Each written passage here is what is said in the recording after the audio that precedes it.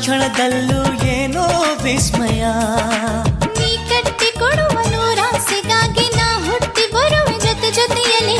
ಈ ಸೃಷ್ಟಿಯೊಳಗೆ ಏನೇ ಇರಲಿ ನೀ ಮಾತ್ರ ಇರುವೆ ನನ್ನೆದೆಯಲೆ.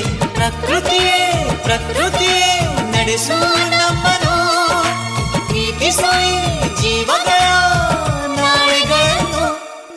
ಸೂರ್ಯನ ಕಿರಣ ಚುಂಬಿಸಿ ತಾನೆ ತಾವರೆ ಅರಳಿತು. ನಿನ್ನ ಈ ಪ್ರೇಮ ಸ್ಪರ್ಶಕ್ಕೆ ತಾನೆ ಹೃದಯವು ಅರಳಿತು.